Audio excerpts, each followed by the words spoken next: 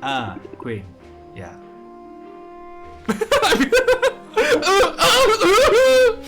Hello, welcome back to Potionomics. We are today hanging out with our blood brothers. Yeah! Sloppy run. But first thing first, let's get some ice cream. We'll even pay for it instead of stealing, out of respect for your chosen profession. Wait a minute, what do you think I do for a living? That's big of you. Pretty big, eh? I only hope that this place finally took my feedback and has expanded its flavor offerings accordingly. I don't know why they didn't have seafood flavor ice cream to begin with. It's like a no-brainer. They have tentacle surprise, which is it's not too far-fetched, I guess. Think you're out of luck? I don't see anything seafoody. I don't smell it. Fine, we'll just stick with plain. Plain vanilla? Do you mean vanilla? Nah, vanilla's flavor isn't it? I mean plain, milk flavored. Oh, fior di latte sounds as cold. The way Katuna intended. Katuna? It's not the most flavored ice cream Sylvia ever had, but any ice cream is better than none. No, it's an alcohol thing. I don't know if you ever had it. It's just basically milk. It's literally just milk, fior di latte. Salt and pepper love enthusiastically and their own scoops with their tiny pinky tongues. So good! So good! And you just can't get this one on high seas. I don't think you can get it anywhere. Guess there's gotta be some kind of trade-off, right? Otherwise I don't see the appeal. What? If I spend as much time on land as you lubbers, I'd just be pissed all the time. So no change. So no particularly change, really. Captain Peanut Gallery over there, but you know, the best part of life on the high seas. The freedom? It's appealing, the idea that you could just leave anchor and go anywhere. Yeah, they ain't bad, but it's not like we don't have ties that bind us. The best part is you're always with your mates, your crews, your family. You gotta take them with you wherever you go. And why we take this blood brother process so seriously, we gotta really put this juice to you. Make sure you are not the type to spill your sand at the first sign of trouble. What does spill your sand mean? I'm not familiar. Me either, it's a pirate thingy. Each of us carries a vial of sand, Sylvia. I have a jar of sand! Yes! The sand is collected from the beach on which we're born. Oh wow, that's romantic. Yeah, mostly we spend our whole lives on ship, but when a litter is about to be born, we try to find a cozy patch of sand somewhere. Boating is a messy business, better to be in a choose a litter box than have to swap the decks with bleach. Ugh. And carrying some of that sand out of the sea with us feels meaningful. It's a cool costume. Sort of like taking a little piece of home with you. Yes! And no, it's not like the beach is our real home and the ship is our replacement. I think of it this way, the sand connects us with the place of our birth, and it's not like an anchor, it's more like a reminder that we can take the important stuff with us. Home ain't a static place, if you follow. And now that you know our secret, we gotta kill you. Lovely. Wait, you're just seeing wait, you're just seeing if I spill my sand? What? What? What? I have to read it, I'm not sure what you mean. And demonstrating another pirate handling hack. And you can show them no wickedness, Sylvia. No quarter.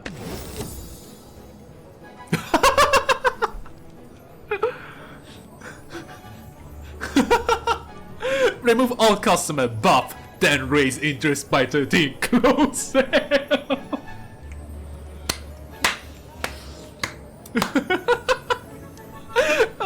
I won this! Alright, no quarter will be given. You got spirit for a land blubber. Grubble. And I've got indigestion. Yes, cat do have them. And also don't give them regular ass milk. They don't digest regular ass milk well. Me too! Why does this happen with the ice cream? Every time! You think they're trying to poison us, like the sushi place that time? It's possible you're lactose intolerant? I don't know what that means. Ain't no for but ain't no for my intolerance, so probably. Grubble. I do find a litter box.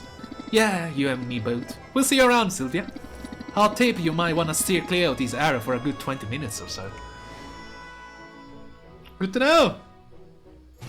You gotta piss on the carbo. Okay, let's hang out with Roxanne. This is hot down here, it is. Yes, it took some doing, but I finally got the temperature up into the proper range. It was a frost enchantment keeping the lava heat in check. I deactivated it, then threw on some kindling for good measure. I like the heat. I like most demons I grew up underground. Just be careful not to burn the place down, please. I suppose I can avoid that, but it's hardly fair that you keep amending the terms of your agreement, or our agreement. I think don't set my house on fire is a pretty reasonable request. You're right, of course you're right. Truly, Sylvia, you are the font of wisdom without equal. You're laying into that little tick.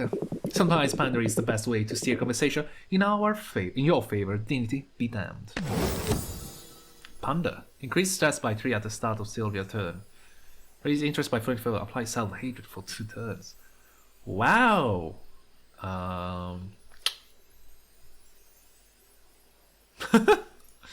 That's okay. Who has time for dignity anyway? Will the power responsibly, dear protege. Now, as toasty as is seen here, I find myself in need of more kindling. Kato came along.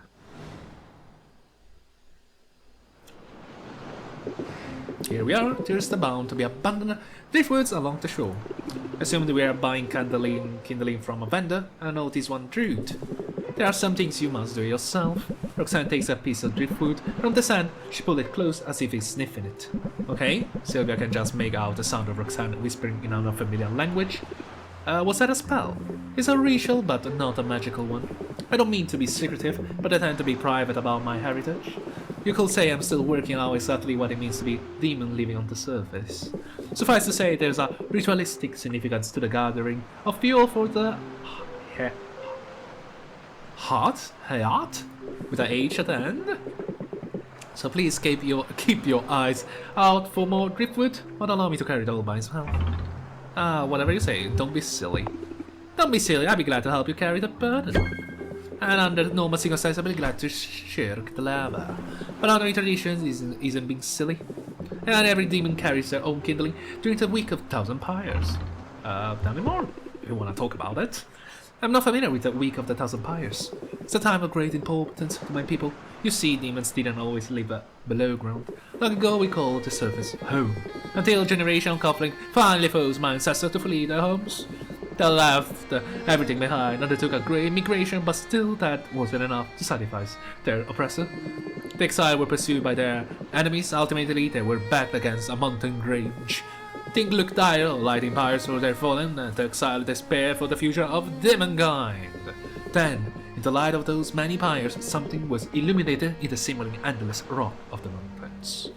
It was a cavern!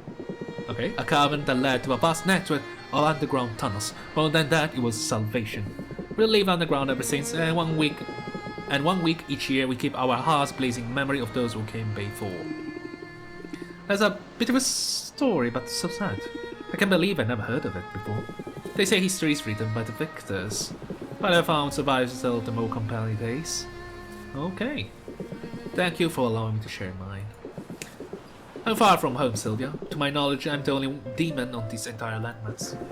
It's not in my nature to feel lonely, but then, when demonic holidays like this roll around, I think of the people I left behind, I think of my family. It's a holiday, okay?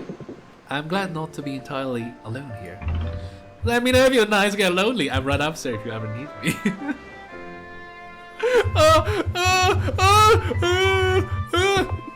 Let me know if you're nice and get lonely. We might find other ways to keep you warm. Sylvia, there's a llama pound there! Yeah, girl, I'm not sure you could handle that heat. Oh, I kinda just wanna play with Roxanne. She gets the best. She got the best answer. Thanks all the same. I'm not sure I realized how much this particular holiday meant to me until just now. It's altogether irritating to me be sharing it with you. Great.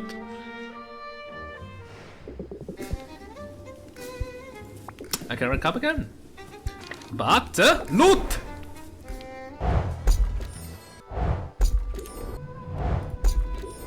Oh, let's check on Baptiste. Hey! Ooh!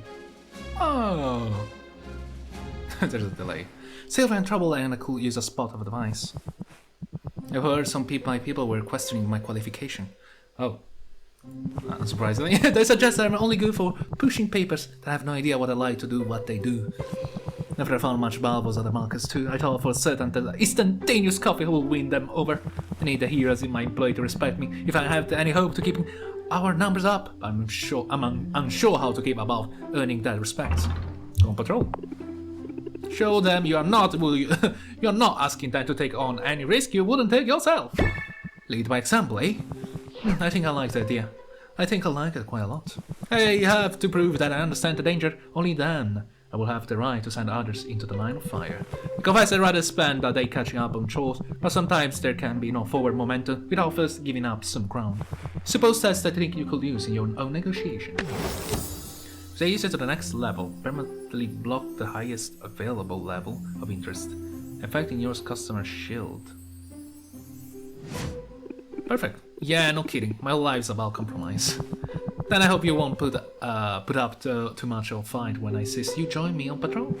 Onward! I'm busy! Now we're actually out here! It's not too bad out here, isn't it? I mean, there's an awful lot of dirt, but so far nothing tried to eat us. Great, eh? But hold, what's that rustling in your yonder bush? Fear not, my lady, I shall protect you. From what? Wind? A huge slime! But he steps in front of Sylvia just as slime leaps into the clearing. Sylvia freezes, unsure what to do. She has no experience fighting slime, but neither does Baptiste. Should she help somehow? Before Sylvia can act, Baptiste pulls a pair of daggers from his boots. He lunges forward and slashing with his twin blades. The slime is cut to oozy ribbons in a matter of seconds. Well, he wasn't expecting to run into trouble quite so soon, but considering it's dispatched.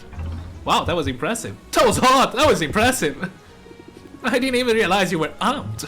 I pride myself on being prepared for any eventuality. Now let me harvest anything that might be of use from the remains and then we picnic. Is a picnic usually part of patrol duty? Well, no, but I think I'm substituted for myself. There's no sense I letting the caviar and bro go back. He got a point. He got a point, the caviar. Oh, till now I've only ever used fish eggs for potions. Then that settles it. We must picnic for wit. Because caviar can turn quickly, and what a shame it will be for us to vanquish our slimy foes. Only to be vanquished in turn by spoiled row. Expired food!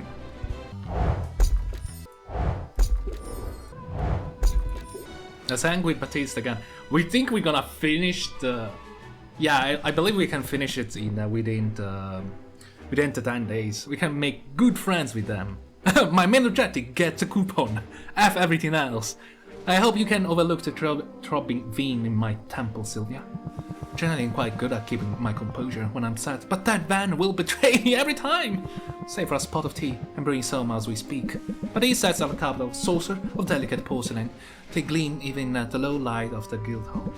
Sylvia finds herself suddenly excited, but his version of tea time is clearly a cut above anything she experienced. But his pause in Sylvia takes a sip. Careful, it's hot. The warning's too late and misleading too. Baptiste isn't referring to the temperature of the tea, but its flavor profile is okay. Is tea supposed to burn like this? It's interesting, but I found at the marketplace it was quite inexpensive. It also it also vanished brooms. Sugar helps. The tea is great, but why don't you tell me what got you so upset? As a matter of fact, I'm just back from seeing Queen. Queen. Yeah.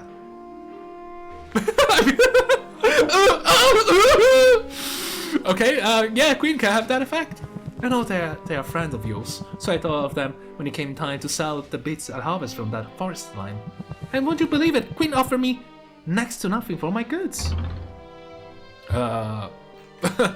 Unsurprisingly. You want me to talk to Queen? Maybe rough him up a bit for you? Well, it's so kind of you to offer, but I'm not sure you win that tussle. Anyway, Queen isn't a problem. I saw 3 other merchants and they all gave me a similar quote. Low-level monster gods you aren't worth all that much, and are worth less every day, as we gain access to more potent endangered regions. I did the math, Sylvia. A hero will have to bag 30 of these things to afford a single meal. Well, it used to be pretty exorbitant meals, but I take your point. It's hard to work to be a hero. I knew it was hard work, I knew it was dangerous work. I'd naively assumed the compensation will reflect that, so heroes don't get any sort of salary. The guild pays each hero a token stipend. The sum is so small it's mostly a formality. The bulk of a hero's income is meant to come from the quest fees and from the loot they sell. That can be lucrative in theory. Every once in a while a hero will stumble up with a genuine treasure trove. But statistically speaking, they're twice as likely to be struck by lightning and 3 times as likely to be implanted with a subcutaneous access. What? Oh, okay. Impaled sounds less painful, but implanted with a subcutaneous access sounds quite alien. And then, of course, if they do strike gold, the guild always get a substantial cut. You sound like the solution is simple. The smaller the guild's cut, the more gold you're putting in the pockets of the heroes. If only there were as easy as that, alas.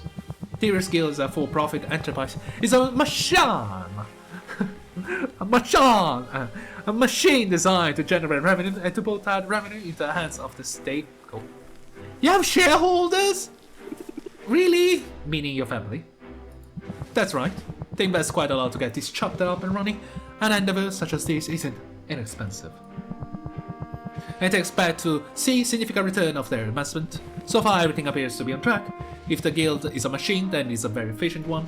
Therefore, from the company's point of view, nothing is wrong, everything is working precisely as intended. For entirely reducing our profit in order to enrich our contractors, out of the goodness of our hearts, this simply isn't done. It flies in the face of the company's entire purpose. But morale is obviously important to you, even if there isn't a line for it on the company ledgers. That's the truth. This is the crux of the dilemma.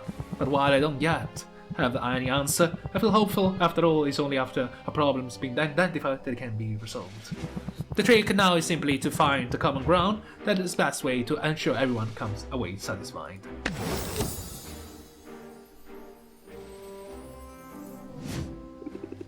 I can see how that philosophy could work for me too. You're already doing it. After all, you and I come from different worlds, but you have always felt like a kindred spirit. Dito pal. Yes, me, Dito pal.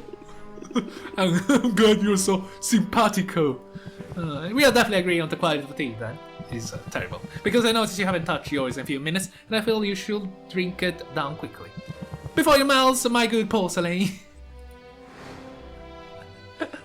Yeah, melting.